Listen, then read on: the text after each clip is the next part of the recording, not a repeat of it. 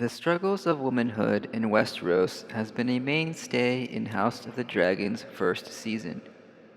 Its finale is no exception, asking its audience to endure an excruciating childbirth for the fourth time, while the men plan for war in the other room. Her labor was induced early at the news of her father's death and Aegon's usurpation of the throne. This time Rhaenyra's body seems to be rejecting her role with haste, so she pulls out the stillborn baby with the strength of a dragon.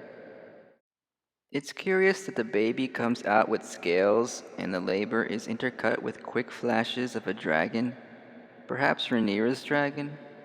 According to some lore I've gathered, such babies are born on occasion from Targaryen mothers, though the show itself doesn't bother to elaborate.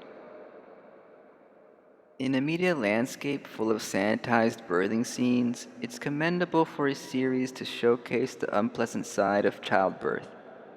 But I think we get the point by now, and I don't need to see more brutality inflicted on mothers next season. I'm more than ready to see Rhaenyra get past her continuously pregnant arc. How romantic it must be to get imprisoned in a castle and made to squeeze out heirs. The war-hungry Daemon wonders why Rhaenys didn't burn the high towers when she had the chance. She replies that it isn't her war to start, which is odd since she did kill hundreds of people on her way out of Aegon's coronation. I guess the life of commoners counts for nothing to the royals. Otto doesn't even mention it later on when he arrives to negotiate terms. Maybe this is because Rhaenys' reckless escape didn't happen in the book.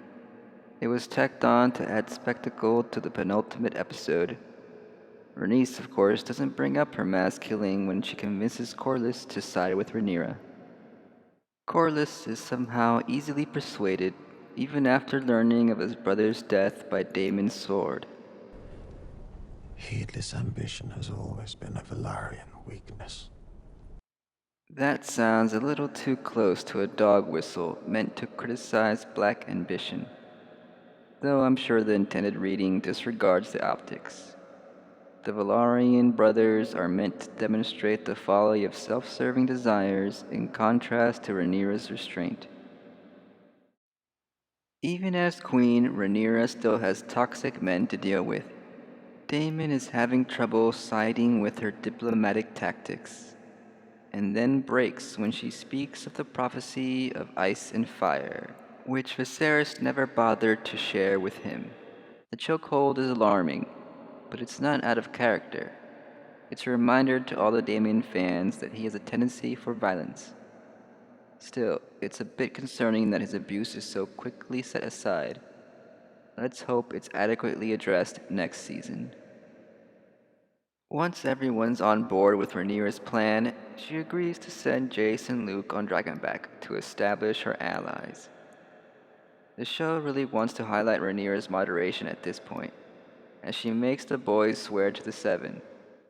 She's teaching them a political lesson about appealing to the masses via religion. But the scene feels at odds with her character, there just to heighten her inevitable, vengeful, and probably not appealing turn next season. I'm pretty sure that she'll be putting aside niceties now that Luke is dead. Perhaps she should have sent Bela, who has her own dragon, as backup. In hindsight, it seems irresponsible to send the young prince out on his own with nothing to offer Lord Boris. But let's blame Rhaenyra's lapse in judgment on the confidence and idealism brought on by the crown on her head. Admittedly, the tense confrontation between Aemond and Luke is a good watch, and the outcome reinforces what Viserys said of dragons in the first episode. The idea that we control the dragons is an illusion. They are a power man should never have trifled with. The bully Aemond only meant to scare poor Luke, but the unwieldy Vhagar had a snack in mind. Now Aemond has to deal with the fact that he struck the first blow in the war. With the Dance of the Dragons underway, I'm concerned that future seasons will focus too much on spectacle over characters. Season 1, though, it's been a success for the most part. It's certainly on par with the best of Game of Thrones. I didn't mind most of the time skips, but it did lead to the neglect of some characters, most egregiously House Velaryon. Millie Alcock stands out among the two Rhaenyras, probably because we get to see her grow the most as a character, and she wasn't stuck in the perpetually pregnant mother role like Emma Darcy was for most of their screen time.